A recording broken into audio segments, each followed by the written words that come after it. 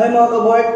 Welcome back po sa ating channel Palgabel Villarmino Dog Training Tips and Tutorial at kung ano paano maaari makatulong sa inyong malagang aso.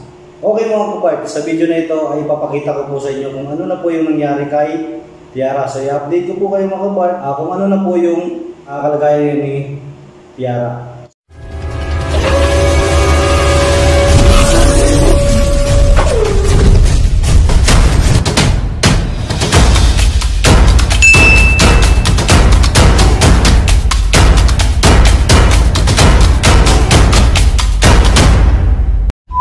Nung last video po natin mga kabark ay pinakita ko po sa inyo na meron pong galis si Tiara. So yun mga kabark, nagkaroon po siya ng galis sa buo niya pong katawan. Meron po siya sa nguso, sa tenga, sa dibdib, sa katawan niya, tsaka doon sa may puwet niya. So kung saan mga kabark, grabe yung ano niya mga kabark, grabe yung galis niya sa katawan. Kahit saan parte ng katawan niya, meron pong galis mga kabark.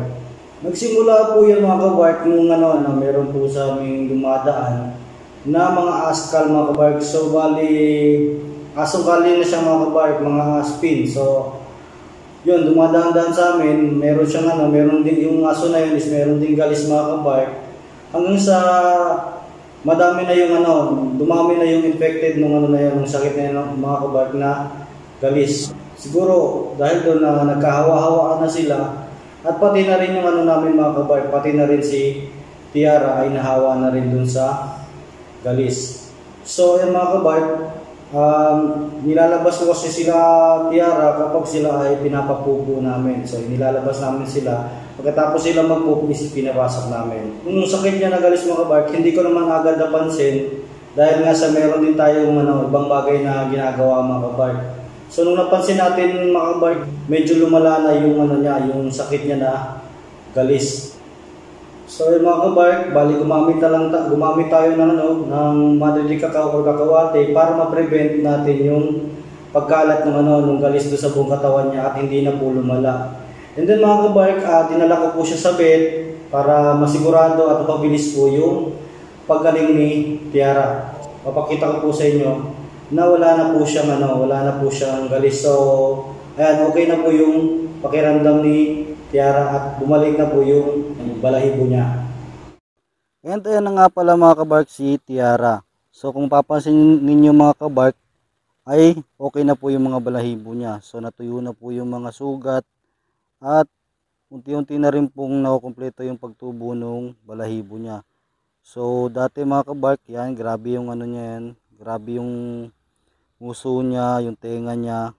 Tsaka yung dibdib niya mga kabark, wala pang balahibo dati pinakita ko sa inyo. Ngayon ay okay na po siya. So, ayan mga kabark, medyo yung sa dibdib niya, mataas na talaga yung balahibo niya. Ayan, at masaya, makikita natin sa mukha niya na masaya na siya. So, bali mga kabark, nung nakaraan kasi mga kabark ay grabe, stress siya dun sa niya, sa galis niya mga kabark. Yung tenga na yan, ayan, natuyo na mga kabark. So, wala na yung sugat-sugat. Tuyo na siya mga kabark. So, bali mga kabark, nakatulong din po talaga para mapabilis na makarecover yung alaga nating aso dahil dinala natin siya doon sa vet. So, ayan mga kabark, ugaliin din po natin na dalhin po natin yung yung mga alaga natin sa vet.